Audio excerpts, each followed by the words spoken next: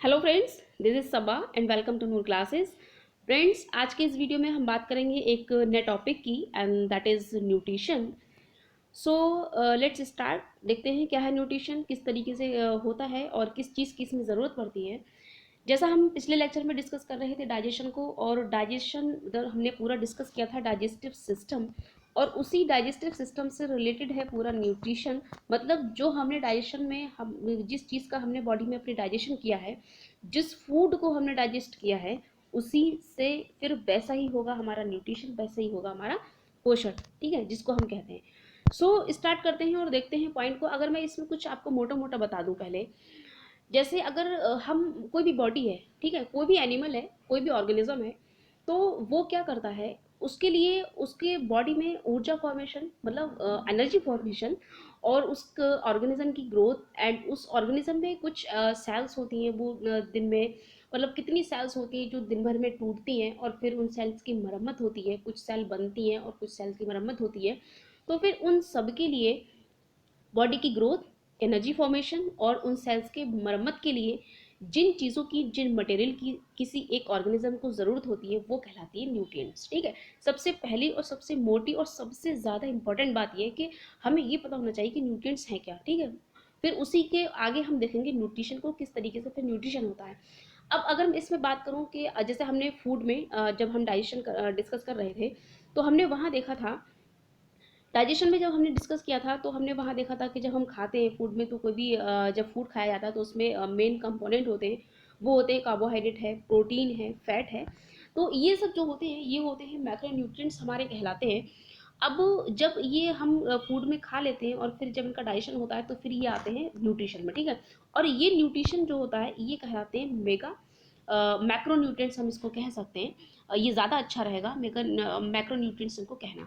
ठीक है, अब अगर मैं ह्यूमन के उसमें देखूँ, ओवरव्यू देखूँ अगर ह्यूमन न्यूट्रिशन का, तो फिर मैं कह सकती हूँ, एक ये बात कहना ठीक रहेगा कि जो हम फूड करते हैं, ठीक है, हम जो फूड खाते हैं, फूड अपनी बक्कल कैविटी में रखते हैं, तो बक्कल कैविटी में जो भी हम फूड रखते हैं, तो उसमें क्या होता है, उसमें कुछ तो न्यूट्रिएंट्स भी होते हैं और कुछ होते हैं नॉन न्यूट्रिएंट्स। ठीक है, कुछ न्यूट्रिएंट्स भी होते हैं और कुछ होते हैं नॉन न्यूट्रिएंट्स, मतलब हम नॉन न्यूट्रिएंट्स को कह सकते हैं अपोषक पदार्थ।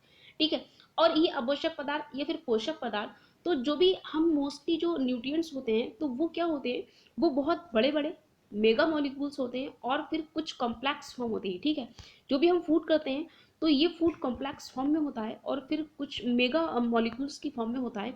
और इन कॉम्प्लेक्स फॉर्म को, फूड की इस कॉम्प्लेक्स फॉर्म को और ये बड़े बड़े मॉलिक्यूल को हमारी बॉडी की सेल्स ऐसे ही एक्सेप्ट नहीं करती हैं। ठीक है, मैं चल रही हूँ न्यूट्रिशन की तरफ। मैं न्यूट्रिशन को डिस्कस करूंगी, मैं पहुंचूंगी इस बात को डिस्कस करते करते न्यूट्रिशन के पास। देखिएगा आप किस तरीके से हम डाइजेशन से लेकर न्यूट्रिशन तक पहुंचते हैं। ठीक है, अब ये मॉलिक्यूल्स जो होते हैं, इस कॉम्प्लेक्स फॉर्म को हमारी बॉडी की cell as it is use नहीं कर सकती। तो एज इट इज़ यूज़ क्यों नहीं कर सकती, क्योंकि हमारी सेल का नेचर क्या है, हमारी सेल जब न्यूट्रिशन पे हम पहुंचेंगे, तो क्या होगा, न्यूट्रिशन क्या है, डाइजेस्ट किया हुआ फूड सेल के पास पहुंचेगा। ठीक है, ये होगा न्यूट्रिशन। अब जब ये कॉम्प्लेक्स फॉर्म, जो हमने फूड खाया, हमने अपनी बक्कल कैविटी में जो कुछ भी खाया है, ठीक है, तो वो खाना जो है वो एक कॉम्प्लेक्स फॉर्म होती है और हमारी बॉडी की सेल इसको एक्सेप्ट नहीं करेंगी। और जब हमारी बॉडी की सेल इसको एक्सेप्ट नहीं करेंगी, तो फिर इस कॉम्प्लेक्स फॉर्म को किसी दूसरी फॉर्म में चेंज करना पड़ेगा। और जब इस कॉम्प्लेक्स फॉर्म को किसी दूसरी फॉर्म में चेंज करना पड़ेगा, मतलब ये कॉम्प्लेक्स फॉर्म को सिंपल फॉर्म में अगर हम चेंज कर लें, ठीक है, मतलब छोटे छोटे मॉलिक्यूल में हम तोड़ लें, और या हम इसको हिंदी में कहें विखंडित कर लें, विखंडन कर लें। ठीक है, जो कि जो सेल मेम्ब्रेन होती है, ठीक है, सेल के ऊपर होती है सेल मेम्ब्रेन, और इस सेल मेम्ब्रेन के आर पार ये जा सके। जो कॉम्प्लेक्स फॉर्म हमने खाया, इसको हमने चेंज किया सिंपल फॉर्म में, और ये सिंपल फॉर्म हमारी बॉडी की सेल के आर पार अगर ये पहुंच जाए, ठीक है, तो फिर ये फायदा देगी, तब तो ये न्यूट्रिशन के काम आएगी। अब अगर जो फूड हमने खाया है और वो सेल तक पहुंच ही ना पाए, ठीक है, तो वो किसी काम का भी नहीं रहा फिर सेल के, और जब किस सेल के किसी काम का नहीं रहा, तो फिर हमारी बॉडी के भी किसी काम का नहीं रहा। क्यों, क्योंकि फिर उससे हमें कुछ एनर्जी तो मिलने वाली है नहीं। ठीक है, तो फिर वो तो चला जाता है वेस्टेज में। लेकिन हमें, जो हमने फूड खाया और इससे हमें कुछ फ़ायदा लेना है, कुछ एनर्जी लेना है, तो हमें सबसे पहले फर्स्ट ऑफ ऑल हमें काम ये करना पड़ेगा कि हमें इस कॉम्प्लेक्स फॉर्म को चेंज करना पड़ेगा सिंपल फॉर्म में। और ये सिंपल फॉर्म चेंज होने के बाद क्या होगी, ये हमारे मिल जाएगी ब्लड के अंदर जाकर। ब्लड मतलब रुधिर जिसे कहते हैं, उसमें जाकर ये हो जाती है मिक्स, और मिक्स होने के बाद क्या होता है, फिर जैसा हम जानते हैं ब्लड हमारी पूरी बॉडी में सर्कुलेट करता है, ठीक है। और फिर ये जो कॉम्प्लेक्स फॉर्म सिंपल फॉर्म में चेंज हुई, ये ब्लड में मिलने के बाद ये भी साथ में फिर पूरी बॉडी में सर्कुलेट करेगी। और फिर क्या होगा, हमारी बॉडी की सेल्स जो होती हैं, इससे जो न्यूट्रिएंट्स यहाँ पर होते हैं, ये हमारी बॉडी की सेल्स इस ब्लड से न्यूट्रिएंट्स को लेती रहती हैं, ठीक है। और फिर न्यूट्रिएंट्स को लेने के बाद इनसे ये सेल अपने अकॉर्डिंग, अपने हिसाब से इसको यूज़ करते रहती है। यूज़ करने के बाद यहाँ से फिर हमें मतलब इसका मतलब ये हुआ कि ये कुछ काम आया हमारी सेल्स के, हमारी बॉडी की सेल के, और फिर यहाँ से एनर्जी मिलती है हमारी सेल को। और फिर जब हमारी सेल को एनर्जी मिलती है, हमारी सेल्स एक्टिव रहती है, इट्स मीन हमारी सेल ही एक्टिव नहीं रहती हैं, हमारी इंटायर बॉडी फिर एक्टिव रहती है। सेल मतलब हमारी सेल को एनर्जी मिलती है, हमारे टिश्यूज़ को एनर्जी मिलती है, टिश्यूज़ को एनर्जी मिलती है मतलब हमारे ऑर्गन्स को एनर्जी मिलती है, और ऑर्गन्स के बाद हमें पता है ऑर्गन से मिलकर बनी होती है पूरी बॉडी, और फिर हमारी पूरी बॉडी ही अच्छे से एक्टिव रहती है। क्यों? क्योंकि हमारी बॉडी को अगर अच्छा न्यूट्रिशन मिलेगा, तभी हमारी बॉडी अच्छे से एक्टिव रहेगी, अच्छे से काम करेगी। अगर हमारी बॉडी को न्यूट्रिशन में ज़रा सी भी कमी आई, तो फिर हमारी बॉडी वहाँ प्रॉपर तरीके से काम कभी भी नहीं करने वाली है, ठीक है। तो ये तो कुछ न्यूट्रिशन की बात हुई, कुछ मोटी बात हुई। जब हम यहाँ से पहुँचते हैं न्यूट्रिशन के पास, तो न्यूट्रिशन सबसे पहले जैसे मैंने बताया डाइजेशन हुआ, और डाइजेशन होने के बाद इस फूड को हमारे ब्लड में मिल जाना है, और मिलने के बाद फिर इसको जाना है सेल्स के पास, और सेल्स इसको यूज़ करती हैं अपनी नीड के अकॉर्डिंग, ठीक है। तो अगर मैं इसमें देखूं, अब यहाँ सीधे सीधे पॉइंट पे मैं चलूँ, तो पॉइंट की बात करूँ, तो सबसे पहले पॉइंट की बात ये आती है, यहाँ हिंदी में मैं अगर बात करती हूँ, तो वो प्रक्रिया, ठीक है, वो प्रोसेस जिसमें ग्रहण किए गए भोजन को ऊर्जा पदार्थ की फॉर्म में यूज़ किया जाता है, वो कहलाती है पोषण, वो कहलाती है न्यूट्रिशन, ठीक है। जैसा देख सकते हैं, in this process intake food used as energy substances, मतलब जो हमने फूड खाया है, अगर हम उसको यूज़ करते हैं एज अ एनर्जी सब्सटेंसेस की फॉर्म में, तब ये कहलाता है न्यूट्रिशन, ठीक है। मतलब फूड का डाइजेशन ही न्यूट्रिशन से बहुत क्लोजली, बहुत ही पास रिलेशन है डाइजेशन का और न्यूट्रिशन का, ठीक है। हमारा डाइजेशन जब अच्छा होगा, तभी न्यूट्रिशन हमारा अच्छा होने वाला है। अगर डाइजेशन हमारा ज़रा भी खराब होगा, न्यूट्रिशन बिल्कुल भी अच्छा नहीं होने वाला है, क्योंकि डाइजेशन में जो कुछ हम डाइजेस्ट करेंगे, जो फूड हम खाएंगे, और वही डाइजेस्ट करेंगे, और वही पहुंचने वाला है हमारी बॉडी की सेल में, हमारे ब्लड में, और फिर जो न्यूट्रिशन जो डाइजेस्ट हमने किया है, वो पहुंचेगा हमारी सेल के पास, और उसी से फिर यही हो गया हमारी सेल के पास पहुंचने को न्यूट्रिशन, ठीक है, पोषक जिसे हम कह सकते हैं, ठीक है।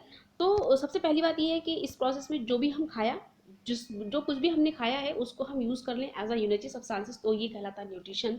और न्यूट्रिशन को भी अगर हम सिंपल करने के लिए, ईजी करने के लिए, हम इसको ईजी तरीके से पढ़ना चाहें, तो हम इसको कई प्रोसेस में, कई स्टेजेस में हम इसको तोड़ सकते हैं, ठीक है। तो अगर हम सबसे पहली बात देखें, तो फूड का सबसे पहला स्टेप आता है इंजेशन, ठीक है। इंजेशन क्या होता है? इंजेशन हम इसको कहते हैं इनटेक ऑफ फूड। ये मैं पिछले लेक्चर, ये सारी process ingestion, digestion, absorption, assimilation, egestion, ये फिर 5 जो स्टेप हैं, इनको मैंने बहुत अच्छे तरीके से पिछले लेक्चर में डिस्कस किया है। आप चाहें तो वो वीडियो आप जाकर देख सकते हैं, ठीक है, तब आपको ये वीडियो ज़्यादा अच्छा समझ में आने वाला है। अब जब इंजेशन की बात मैं करती हूँ, तो इंजेशन का मतलब होता है इनटेक ऑफ फूड, मतलब भोजन का ग्रहण करना, ठीक है। और अगर मैं इसको किताबी भाषा में कहूँ, तो कहते हैं इसको भोजन करना, अर्थात मुख द्वारा भोजन का मुख हुआ, हमें अंतर ग्रहण जिसको हम कहते हैं, ये होगी किताबी भाषा। लेकिन अगर मैं इसको सिंपल फॉर्म में कहूँ, तो इंटेक ऑफ फूड मतलब भोजन का लेना, या फिर हम जिसको कह सकते हैं भोजन को ग्रहण करना, ठीक है। और इसके बाद अगर मैं इंजेशन से डाइजेशन के पास आऊँ, तो इससे पहले अगर मैं एक और स्टेप देखूँ, तो वहाँ आती है डिग्लूटेशन, ठीक है। अब ये डिग्लूटेशन क्या है? डिग्लूटेशन वो प्रोसेस होती है जब हम कोई फूड अपने बक्कल कैविटी में रखते हैं, और बक्कल कैविटी से ये फूड जो होता है, ये हमारी ईसोफेगस में थी, ये बक्कल कैविटी हुई, और यहाँ से फिर कोई भी फूड ये जब हमारी ईसोफेगस में जाता है, तो हम इसको कहते हैं डिग्लूटेशन। अगर मैं इसको बहुत सिंपल उसमें कहूँ, एक सिंपल वर्ड में कहूँ, तो जिसको हम कहते हैं ना निगलना, निगलना वर्ड बहुत बार आपने सुना होगा, तो ये निगलना वर्ड जो है, यही कहलाता है डिग्लूटेशन, ओके। तो मतलब हमने बक्कल कैविटी में फूड रखा, और ये फूड जब हम इसको निगलते हैं यहाँ से, तो ये जाता है कहाँ? ईसोफेगस में, और यही प्रोसेस कहलाती है डिग्लूटेशन, ठीक है। अब इसके बाद अगर मैं एक और प्रोसेस देखूँ, एक और स्टेप देखूँ, तो उसको हम कहते हैं कंडक्शन। और कंडक्शन क्या होता है? कंडक्शन सिंपली जो मैंने डिस्कस किया था, जो ईसोफेगस होता है, और इस ईसोफेगस में जो पेरिस्टालसिस मूवमेंट मैंने दिखाया था, ठीक है, पेरिस्टालसिस मूवमेंट जब मैंने दिखाया था, तो ईसोफेगस से लेकर पूरी एलिमेंट्री कैनाल के लास्ट पार्ट मतलब एनस तक, जो फूड जब पहुंचता है, ठीक है, फूड ईसोफेगस से लेकर लास्ट पार्ट तक जब पहुंचता है, मतलब इसका संचालन जो होता है, कंडक्शन जो होता है, मतलब मैं एक तरीके से कहूँ कि ईसोफेगस से मतलब बक्कल कैविटी के बाद ईसोफेगस से एलिमेंट्री के लास्ट पार्ट एनस तक फूड का धकेलना, जिसको मैं कहती हूँ धक्का मारना, ठीक है, इसको आप सिंपल फॉर्म में समझ सकते हैं, बहुत सिंपल लैंग्वेज में समझ सकते हैं। पेरिस्टालसिस मूवमेंट के थ्रू ईसोफेगस से लेकर एलिमेंट्री के लास्ट पार्ट एनस तक फूड को धक्का देना, फूड को धक्का मारना, भोजन को पहुंचाना, इसको हम कहते हैं कंडक्शन।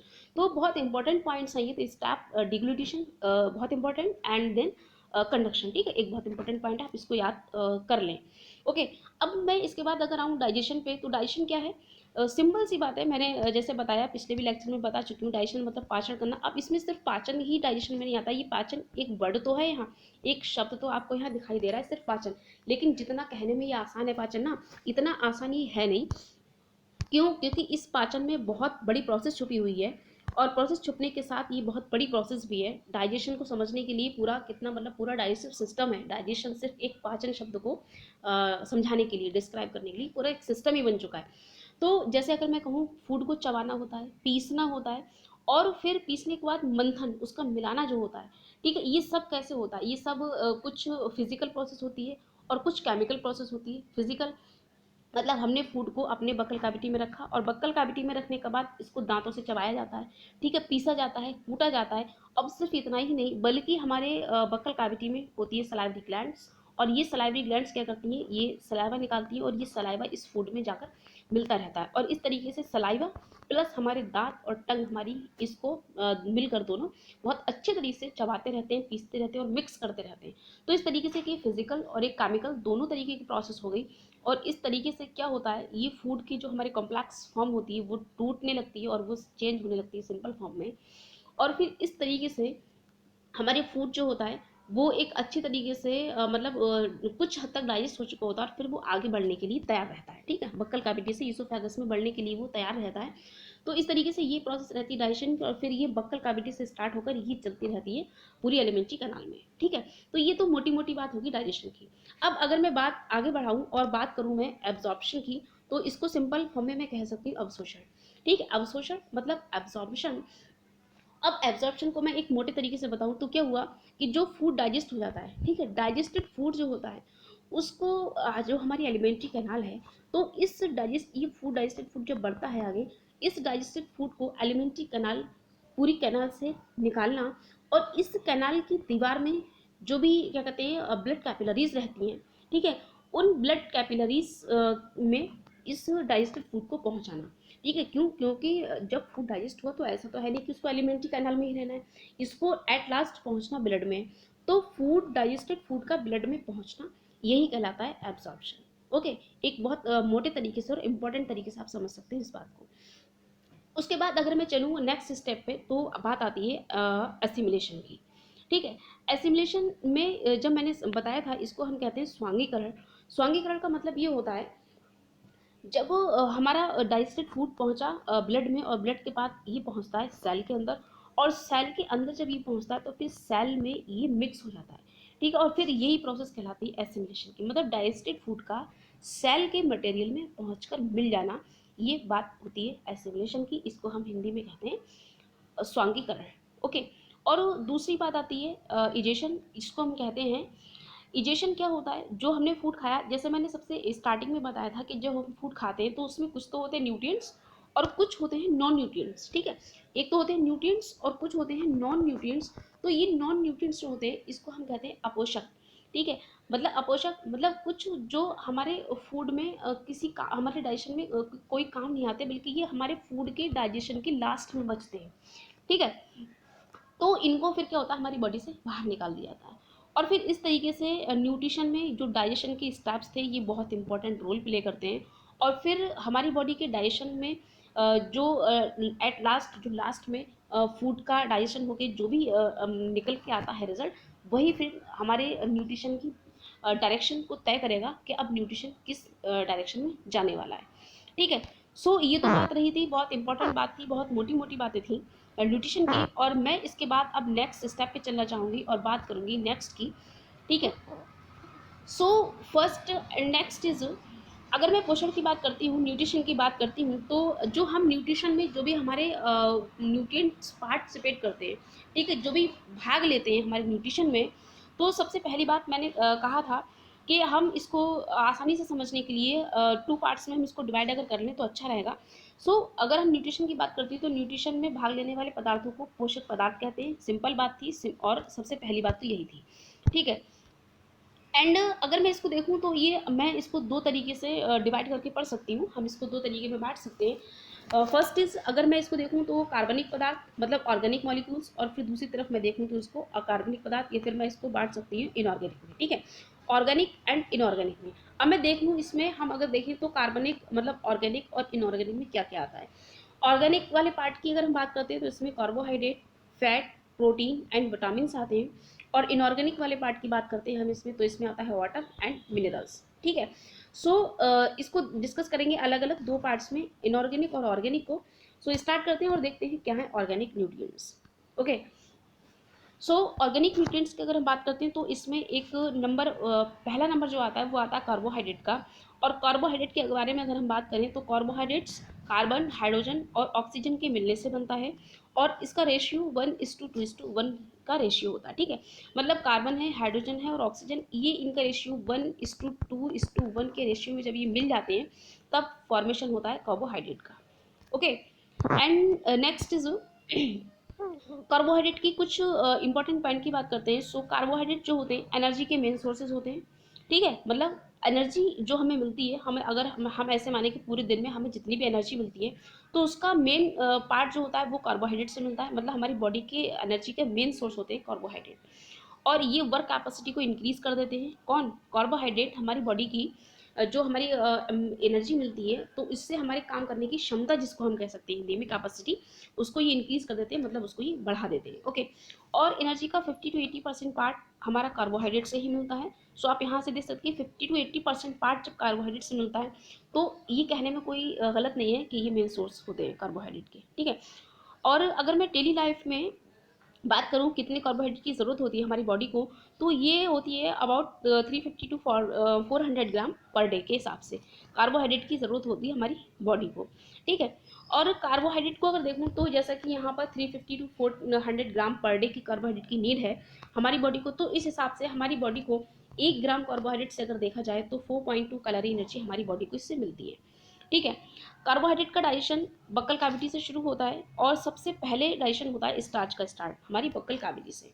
ओके, एंड कार्बोहाइड्रेट जो होते हैं, सबसे इंपॉर्टेंट बात ये है कि वो इंस्टेंट एनर्जी देते हैं। मतलब ये बहुत जल्दी जब हमें एनर्जी की ज़रूरत होती है और अगर हम इसको लें तो हमारी बॉडी को फ़ौरन की फ़ौरन एनर्जी इनसे मिल जाती है, ठीक है। तो वो कार्बोहाइड्रेट ये जो हमारी बॉडी को फ़ौरन एनर्जी देते हैं। जैसे जब हमें कोई वीकनेस फील होती है हमारी बॉडी में, तो हम क्या करते हैं, लिया हमने ग्लास में पानी और इसमें डाला ग्लूकोज और लिया पी लिया, ठीक है। अब इससे क्या होता है, हमें थोड़ी देर के बाद हमें एनर्जी से मिलना शुरू हो जाती है। तो ये ग्लूकोज क्या है, ठीक है, हमने जो ग्लूकोज डाला पानी में, ग्लूकोज लिया और पी लिया, तो ये ग्लूकोज भी एक फॉर्म है कार्बोहाइड्रेट की, ठीक है। क्या है, सिंपल फॉर्म है, ठीक है, कॉम्प्लेक्स फॉर्म नहीं। अगर ये कॉम्प्लेक्स फॉर्म होती तो इतनी जल्दी एनर्जी ना देती, लेकिन ये सिंपल फॉर्म है इसलिए बहुत जल्दी एनर्जी प्रोवाइड कर देती है हमारी बॉडी को। ओके, इंपॉर्टेंट पॉइंट था। अब नेक्स्ट पॉइंट पे चलते हैं, and next is types of carbohydrate. अगर हम कार्बोहाइड्रेट के प्रकार देखते हैं, उनका टाइप्स देखते हैं, तो ये हमें 3 टाइप की दिखाई देंगे। सबसे पहला तो मोनोसैकेराइड्स मिलेगा, देन डाइसैकेराइड्स मिलेगा और उसके बाद हमें मिलेगा पॉलीसैकेराइड, ठीक है। 3 टाइप हैं, मोनो, डाई एंड पॉलीसैकेराइड। देख लेंगे इन तीनों को भी और क्या होते हैं। सबसे पहली बात करते हैं हम मोनोसैकेराइड्स की। मोनोसैकेराइड ये क्या है, ये सिंपल ग्लूकोज होता है। और सिंपल मतलब सिंपल ही फॉर्म है, कॉम्प्लेक्स फॉर्म नहीं है। इसको हमें और ज़्यादा फर्दर तोड़ने की ज़रूरत नहीं है, ठीक है, इसको और ज़्यादा डाइस करने की ज़रूरत नहीं है क्योंकि सिंपल ही है। और अगर हम बात करते हैं इसको कहाँ से मिलता है हमें, तो ये फ्रूट और हमें वेजिटेबल्स से मिलता है। ग्लूकोज बॉडी में ब्लड में उपस्थित रहता है, मतलब हमारा ब्लड जो होता है उसमें ग्लूकोज घुला हुआ रहता है और ग्लूकोज बॉडी को तुरंत ऊर्जा प्रदान करता है, ठीक है। ग्लूकोज जैसा देखा हमने, ग्लूकोज जो है वो एक कार्बोहाइड्रेट है और फिर ये हमारी बॉडी को बहुत जल्दी ही एनर्जी दे देता है, ठीक है। जैसे मैंने बताया कि जब कभी हमें वीकनेस फील होती है तो हम क्या करते हैं, हम ग्लूकोज को पानी में मिक्स करके और हम उसको पी लेते हैं और फिर थोड़ी ही देर के बाद हम क्या देखते हैं, हमें एक एनर्जी सी मिल जाती है, ठीक है। तो यही बात है, ये इसका एग्जाम्पल है कि ये कार्बोहाइड्रेट जो है वो हमारी बॉडी को फ़ौरन से पहले एनर्जी दे देता है, ठीक है। चलते हैं नेक्स्ट पॉइंट पे, एंड नेक्स्ट बात करते हैं, नेक्स्ट इज फ्रक्टोज। फ्रक्टोज क्या है, ये शहद और फल के मेन सोर्स हैं, मतलब शहद से और फल से हमें इसको हम ज़्यादा क्वांटिटी में मिल जाते हैं फ्रक्टोज, और सबसे अधिक मीठा होता है ये, और इसीलिए स्वीटेस्ट ऑफ शुगर्स इसको कहा जाता है। ठीक है, फ्रक्टोज को स्वीटेस्ट ऑफ शुगर्स कहा जाता है। क्यों? क्योंकि ये सबसे ज़्यादा मीठा होता है, बहुत अधिक मीठा होता है, और सोर्स हमें इसके शहद और फल है। ठीक है, नेक्स्ट बात करते हैं गैलेक्टोज की। तो गैलेक्टोज जो होता है ये लैक्टोज के डाइजेशन से हमें मिलता है। जब गैलेक्टोज हमारी बॉडी में डाइजेस्ट होता है तब वहाँ से हमें मिलता है, मतलब जब हमारे बॉडी में लैक्टोज का डाइजेशन होता है तब हमें वहाँ से मिलता है गैलेक्टोज। ओके, नेक्स्ट की बात अगर हम करते हैं डाइसैकेराइड की, तो डाइसैकेराइड जो होते हैं, डाई का मतलब होता है दो। ठीक है, ये दो यूनिट से मिलकर बनता है, मतलब ग्लूकोज की दो यूनिट जब मिलती है तब बनाती है डाइसैकेराइड। हमने बात की थी मोनोसैकेराइड की, तो हमने वहाँ देखा था कि ये सिंपल होते हैं। ठीक है, मतलब इनका एक ही यूनिट से मिलकर वो बने होते हैं, ये एक ही यूनिट होती है। लेकिन डाइसैकेराइड में ये दो यूनिट मिलकर ग्लूकोज की, मतलब दो सिंपल यूनिट मिलकर बनाती हैं डाइसैकेराइड। ठीक है, अगर मैं इसमें देखूँ तो सुक्रोज की बात करती हूँ, तो सुक्रोज जो होता है वो ग्लूकोज प्लस फ्रक्टोज से मिलकर बनता है, और हम इसको टेबल शुगर भी कहते हैं, मतलब चीनी शर्करा भी हम इसको कहते हैं, इसको सुक्रोज को। और मेन सोर्स की अगर हम बात करते हैं तो गन्ना है, चुकंदर है, इसके मेन सोर्स होते हैं सुक्रोज के। ठीक है, तो क्वेश्चन ये भी आता है कि गन्ने में कौन सी शुगर होती है या फिर चुकंदर में कौन सी शुगर होती है, तो उसमें होता है सुक्रोज। और ये जो सुक्रोज का गन्ना और चुकंदर है ये मेन सोर्स है। ओके, तो सुक्रोज जो होता है, अगर हम इसको तोड़ना चाहें तो सुक्रोज जैसे कि ये डाई, मतलब दो यूनिट से मिलकर बना होता है, डाई सैकराइड है। तो सुक्रोज में कौन कौन सी दो यूनिट होती है, तो उसमें एक यूनिट होती है ग्लूकोज की और एक होती है फ्रक्टोज की। ठीक है, अगर हम ग्लूकोज और एक यूनिट ग्लूकोज की और एक यूनिट अगर हम फ्रक्टोज की मिला दें तो इन दोनों यूनिट के मिलने से बनता है सुक्रोज। ठीक है, याद रखिएगा कि ग्लूकोज का अगर हम डाइजेशन करें तो कौन कौन से हमें कंपोनेंट मिलेंगे, तो हमें पहला तो मिलेगा ग्लूकोज और हमें दूसरा मिलेगा fructose. Okay, and next is lactose. Okay, बात करते हैं लैक्टोज की। सबसे पहली बात तो ये है कि लैक्टोज हमें कहाँ से मिलता है, हमें मिलता है लैक्टोज मिल्क से। ठीक है, मिल्क जो होता है उसमें लैक्टोज बहुत भरपूर मात्रा में होता है, और अगर ग्लूकोज और गैलेक्टोज से मिलकर ये बनता है। ठीक है, अगर हम लैक्टोज को तोड़ें तो लैक्टोज को तोड़ने के बाद मतलब इसको डाइजेस्ट करें तो ये अपनी दो यूनिट देता है। कौन कौन सी? एक तो यूनिट देता है ग्लूकोज की, और सेकेंड यूनिट ये देता है हमें गैलेक्टोज की। ओके, जैसा कि अगर हमने लैक्टोज को तोड़ा, लैक्टोज को डाइजेस्ट किया, तो एक मिलेगा हमें ग्लूकोज एक मॉलिक्यूल और एक मिलेगा हमें गैलेक्टोज का मॉलिक्यूल। या फिर मैं इसको ऐसे कहूँ कि अगर हम एक यूनिट ग्लूकोज की और एक यूनिट गैलेक्टोज की मिला दें, मिक्स कर दें, तो फिर ये हमें मिल जाएगा लैक्टोज। ठीक है, तो क्वेश्चन ये भी उठता है कि लैक्टोज से को अगर हम तोड़ें, डाइजेस्ट करें, तो फिर हमें क्या क्या मिलेगा, तो सबसे पहली बात ग्लूकोज का एक मॉलिक्यूल मिलेगा और एक मॉलिक्यूल हमें मिलेगा गैलेक्टोज का।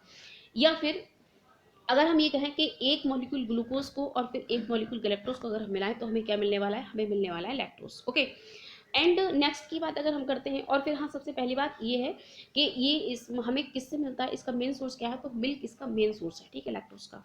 एंड नेक्स्ट की अगर हम बात करते हैं तो नेक्स्ट है हमारा माल्टोज। माल्टोज की बात करते हैं तो सबसे पहली बात ये इसका सोर्स देखें तो ये सोर्स है इसका ड्राई फ्रूट्स से मिलता है ये, और ये ग्लूकोज की दो यूनिट से मिलकर बनता है। ठीक है, अगर हम ग्लूकोज की दो यूनिट को मिला दें तो हमें मिलता है माल्टोज। मतलब अगर हम माल्टोज को तोड़ें तो माल्टोज टूटता है एक यूनिट ग्लूकोज में और एक यूनिट, मतलब दो यूनिट ग्लूकोज की मिलती है माल्टोज से। ठीक है, अब क्वेश्चन अगर हम देखें किस तरीके से इसमें क्वेश्चन बन सकता है कार्बोहाइड्रेट में, तो सबसे पहला क्वेश्चन तो ये है कि बॉडी को सर्वाधिक ऊर्जा किससे मिलती है, तो सिंपल सी बात है, कार्बोहाइड्रेट से ऊर्जा मिलती है सबसे ज़्यादा हमारी बॉडी को। क्यों? क्योंकि जो सिंपल फॉर्म होती है ग्लूकोज की वो हमें हमारी बॉडी को बहुत जल्दी एनर्जी प्रोवाइड कर देती है। ओके, नेक्स्ट क्वेश्चन को अगर देखें तो नेक्स्ट क्वेश्चन इस तरीके से बन सकता है कि बॉडी को तुरंत एनर्जी कौन प्रोवाइड कराता है, तो वो हो गया ग्लूकोज। ठीक है, क्यों? क्योंकि ग्लूकोज होता है वो सिंपलेस्ट फॉर्म है कार्बोहाइड्रेट की, इसलिए ये बहुत जल्दी हमारे ब्लड में डिसॉल्व हो जाता है, ब्लड में मिल जाता है, और फिर मिलने के बाद ये फौरन ही एनर्जी दे देता है। नेक्स्ट इज टेबल शुगर किसे कहते हैं, तो हम सुक्रोज को टेबल शुगर कहते हैं। एंड नेक्स्ट इज अंगूर तथा किशमिश में क्या होता है, मतलब अंगूर और किशमिश में कौन सी ग्लूकोज होती है, मतलब कौन सी शुगर होती है, तो वहाँ होता है glucose. And next is grape sugar हम किसे कहते हैं, तो ग्रेप शुगर हम कहते हैं ग्लूकोज। ग्रेप शुगर मतलब अंगूर वाली जो शर्करा होती है, शुगर होती है, उसको हम कहते हैं ग्लूकोज को। ओके, तो ये तो रहे मोनोसैक्राइड एंड डाइसैक्राइड। अब हम नेक्स्ट हमारा तीसरा बचता है पॉलीसैक्राइड, और बात करते हैं पॉलीसैक्राइड की।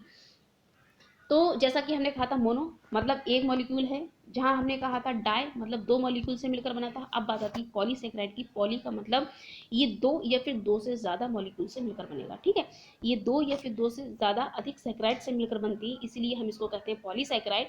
सिंपल है, मोनो मतलब एक मॉलिक्यूल होगा, डाई मतलब दो मॉलिक्यूल होंगे सैकराइड्स के, जहाँ पॉली वर्ड लगेगा वहाँ होंगे दो या दो से ज़्यादा सैकराइड्स मतलब मॉलिक्यूल, और फिर जब दो या दो से ज़्यादा मॉलिक्यूल मिल जाए उसको हम कहते हैं पॉलीसैकराइड। ओके, और अगर हम इसके एग्जांपल्स देखना चाहें तो इसमें आता है स्टार्च और इसमें आता है सेल्यूलोज। ठीक है, स्टार्च और सेल्यूलोज ये इसके एग्जांपल हैं पॉलीसैकराइड की। Got it. चलते हैं नेक्स्ट पॉइंट पे, एंड नेक्स्ट इज बात करते हैं स्टार्च की। तो क्या है स्टार्च? स्टार्च जिसे हम हिंदी में कभी कभी मंड भी कहते हैं, ठीक है, कभी कभी मोस्टली कहते हैं इसको हिंदी में मंड, मंडी कहलाता है ये हिंदी के नाम से। और फिर ये सोर्स अगर देखें मेन सोर्सेज, तो इसके मेन सोर्सेज है चावल है, गेहूँ, मक्का आपने देखी होगी, मक्का है, गेहूँ है, चावल है, इसके मेन सोर्सेज हैं। मेन सोर्सेज मतलब सबसे ज़्यादा अगर हम देखें तो हमें ये स्टार्च जो होता है ये चावल से सबसे ज़्यादा मिलेगा, गेहूँ से सबसे ज़्यादा मिलेगा, और मक्का से हमें सबसे ज़्यादा मिलता है। ठीक है, और स्टार्च का डाइजेशन जो होता है 30% डाइजेशन टाइलिन, और 70% डाइजेशन जो होता है वो अमाइलेज करता है। ठीक है, मतलब स्टार्च को डाइजेस्ट टू एंजाइम्स करते हैं, एक टाइलिन हो गया और एक हो गया अमाइलेज। लेकिन ज़्यादा क्वांटिटी कौन डाइजेस्ट करता है? तो ज़्यादा क्वांटिटी मतलब अबाउट 70% क्वांटिटी डाइजेस्ट होती है अमाइलेज के थ्रू। ओके, बात करते हैं सेलुलोज की। एंड सेलुलोज जो होता है, पहली बात तो ये है कि ये प्लांट सेल में प्रेजेंट रहता है, मतलब पौधे जो होते हैं, प्लांट्स जो होते हैं उसमें रहता है ये, और प्लांट सेल को ये कठोरता प्रदान करता है। मतलब कठोरता मतलब प्लांट सेल होती है वो शेप जो होती है इस तरीके से, क्योंकि बहुत नाजुक होते हैं प्लांट्स, और फिर भी उनको शेप में रखना, जैसे पत्तियां होती हैं, पत्तियों की शेप इस तरीके से है, स्टेम की सेल्स होती है किस तरीके से शेप में रहती हैं। ठीक है, टॉप जो टिप होता है उसकी सेल्स होती है किस तरीके से शेप में रहती है।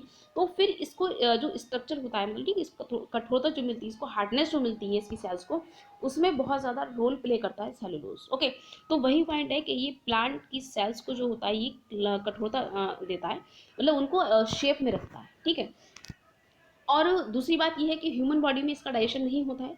ठीक है, क्यों नहीं होता है? क्योंकि वहाँ पर इसको डाइजेस्ट करने वाला कोई ऐसा एंजाइम नहीं है। और अगर मैं ये कहूँ, जैसे हम कहते हैं जो अनाज होते हैं, ठीक है, स्प्रॉटेड ग्रेन्स जो होते हैं, मतलब उगे अनाज जो होते हैं, ये इसमें बहुत अधिक क्वांटिटी में मिलता है, मतलब एक प्रॉपर क्वांटिटी मिलती है उसमें जो उगे हुए अनाज होते हैं। ठीक है, और फिर अगर मैं बात करूँ जो स्टार्च होता है, तो स्मॉल इंटेस्टाइन में कंप्लीट डाइजेशन होता है किसका? जो हमारा सेलुलोज वगैरह जो होता है, तो जो जानवर जो होते हैं, एनिमल्स जो होते हैं, वो जब प्लांट्स वगैरह को खाते हैं तो वहाँ तो ये डाइजेस्ट होना होता है, तो फिर इस तरीके से वहाँ पर ही स्मॉल इंटेस्टाइन में डाइजेशन हो जाता है इसका। ठीक है, एंड अगर मैं क्वेश्चन अगर मैं देखूँ इस तरीके से, कैसे क्वेश्चन कुछ हो सकते हैं, तो फिर अगर मैं एक और क्वेश्चन देखूँ, तो एक आर्टिफिशियल शुगर की अगर हम बात करते हैं, तो आर्टिफिशियल शुगर हम किसको कहते हैं? तो एक आपने सुना होगा सैक्रीन का नाम सुना होगा आपने। तो ये सैक्रीन जो होती है ये आर्टिफिशियल शुगर कहलाती है। और आर्टिफिशियल शुगर हम इसको क्यों कहते हैं? ये जो होती है ये आर्टिफिशियली हम इसको बना सकते हैं, और फिर ये कितनी मीठी होती है? ये लगभग फ्रक्टोज जो होता है ये फ्रक्टोज से लगभग 10 गुना मीठी होती है, मतलब बहुत ज़्यादा मीठी होती है ये। ठीक है, और हम इसको आर्टिफिशियली बना सकते हैं, और ये सैक्रीन तो बहुत फेमस है, हर किसी ने नाम सुना होता है सैक्रीन का। ठीक है, मतलब आप यहाँ से अंदाज लगा सकते हैं कि 10 गुना मीठी है, मतलब ये बहुत ज़्यादा ही मीठी है। ठीक है, और next question is carbohydrate body में कहाँ स्टोर किए जाते हैं? तो कार्बोहाइड्रेट जो होते हैं बॉडी में वो लीवर में स्टोर किए जाते हैं, और इन दी फॉर्म ऑफ ग्लाइकोजन। ठीक है, ग्लाइकोजन की फॉर्म में ये हमारा लीवर इसको स्टोर रखता है।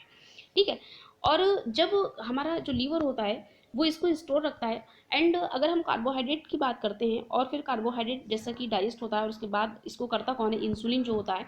इंसुलिन इसको डाइजेस्ट करने के बाद जब वो इसको चेंज करता है, ठीक है, अब इसको स्टोर होना होता है, तो फिर ये ग्लाइकोजन में चेंज कर देता है, और ये ग्लाइकोजन जाकर चेंज हो जाता है लीवर में। इस चीज़ को मैंने बहुत अच्छे तरीके से डिस्कस किया है पिछले लेक्चर में, जहाँ पर मैंने लीवर को डिस्कस किया था। ठीक है, ग्लैंड को लीवर को मैं डिस्कस वहाँ किया था मैंने, किस तरीके से इंसुलिन होता है, फिर किस तरीके से ग्लूकागन होता है, और फिर वो कार्बोहाइड्रेट को किस तरीके से स्टोर, जब ग्लाइकोजन ये ग्लाइकोजन में चेंज कर देता है, फिर वो लीवर में जाकर स्टोर हो जाता है। और जब हमारी बॉडी को ज़रूरत होती है ग्लूकोज की, तो फिर ये ग्लाइकोजन जो होता है वो टूट जाता है ग्लूकोज में, और फिर हमारी बॉडी यूज़ कर लेती है ग्लूकोज को। ठीक है, तो आप इसमें इसके लिए अगर आप इसको देखना चाहते हैं अच्छे तरीके से, तो पिछला वीडियो आप जाकर देख सकते हैं। And next question is, body को आवश्यकता पड़ने पर ग्लूकोज कहाँ से मिलता है? ठीक है, तो वही बात है कि ग्लूकोज कहाँ से मिलेगा? ग्लाइकोजन से मिलेगा। अब ये ग्लाइकोजन कहाँ है? लीवर में है। अभी ग्लाइकोजन तो बन गया, ठीक है, कार्बोहाइड्रेट डाइजेस्ट हुआ, और फिर इंसुलिन ने इसको तोड़ा, और फिर ये जो स्टोर हो जाता है जाकर लीवर में ग्लाइकोजन की फॉर्म में। अब जब हमारी बॉडी को ज़रूरत है फिर ग्लूकोज की, अब उस टाइम पे हमें अचानक से ज़रूरत है, और हमारी हम अचानक से, ऐसा तो नहीं है कि फूड खा ले, खाना खा ले, फिर वो फ़ौरन से डाइजेस्ट होकर हमारी बॉडी को एनर्जी दे दे, ऐसा नहीं होता है। बल्कि फिर जो हमारी बॉडी में स्टोर्ड ग्लाइकोजन है, ये स्टोर्ड ग्लाइकोजन जो होता है वो हमारी बॉडी को एनर्जी प्रोवाइड करता है। ठीक है। तो जब ये एनर्जी प्रोवाइड करता है तो फिर ये ग्लाइकोजन जो होता है ये किस तरीके से हमारी बॉडी को ये फौरन ही एनर्जी दे देता है, ठीक है। तो इसमें इंसुलिन और ग्लूकागन दोनों का बहुत इंपॉर्टेंट रोल रहता है, मतलब बहुत इंपॉर्टेंट रोल प्ले करते हैं ये दोनों ही। और आप इसके लिए वीडियो देख सकते हैं, मैं तो आपको यही बताऊंगी कि वीडियो देख लें, तो उसके बाद फिर आपका इनसे रिलेटेड कोई भी कंफ्यूजन नहीं रहेगा बाकी, ठीक है। एंड नेक्स्ट क्वेश्चन अगर मैं देखूं तो नेक्स्ट इज बॉडी को आवश्यकता पड़ने पर ग्लूकोज कहाँ से मिलता है, तो वही बात रही, ग्लाइकोजन से मिल जाता है। और ग्लाइकोजन जो होता है ये ग्लूकोज में टूटता है, किस तरीके से टूटता है, ग्लूकागन जो होता है इस ग्लाइकोजन को तोड़ देता है ग्लूकोज में, और ये ग्लूकोज हमारी बॉडी में जब हमारे ब्लड में मिल जाता है और फिर ये यूज कर लिया जाता है हमारी सेल्स के थ्रू, ठीक है। और ग्लाइकोजन कहाँ है, लीवर के अंदर है, इसको ग्लूकोज में किसने चेंज किया, ग्लूकागन ने चेंज किया। तो यहाँ तक तो फिर ये बात रही कार्बोहाइड्रेट की, और कार्बोहाइड्रेट किस तरीके से बॉडी में स्टोर रहा, किस तरीके से फिर ये चेंज हुआ ग्लाइकोजन में, और फिर कैसे चेंज होता है ये ग्लूकोज में। यहाँ तक तो बात रहती है कार्बोहाइड्रेट की, और ये बात यहाँ कार्बोहाइड्रेट की होती है पूरी। इसके बाद नेक्स्ट हम बात करेंगे कुछ और बातें हैं, जैसे हमने देखा था एक जो ऑर्गेनिक और इनऑर्गेनिक में थे, तो यहाँ ऑर्गेनिक में बात होती है कार्बोहाइड्रेट की कंप्लीट। उसके बाद हम डिस्कस करेंगे फैट, प्रोटीन और विटामिन हमारे बचते हैं, और एंड देन उसके बाद बचता है हमारा इनऑर्गेनिक वाला पार्ट। हम इसको डिस्कस करेंगे अपने नेक्स्ट लेक्चर में। तब तक के लिए इस वीडियो में रखते हैं इतना ही, एंड उसके बाद तब तक के लिए thank you and have fun.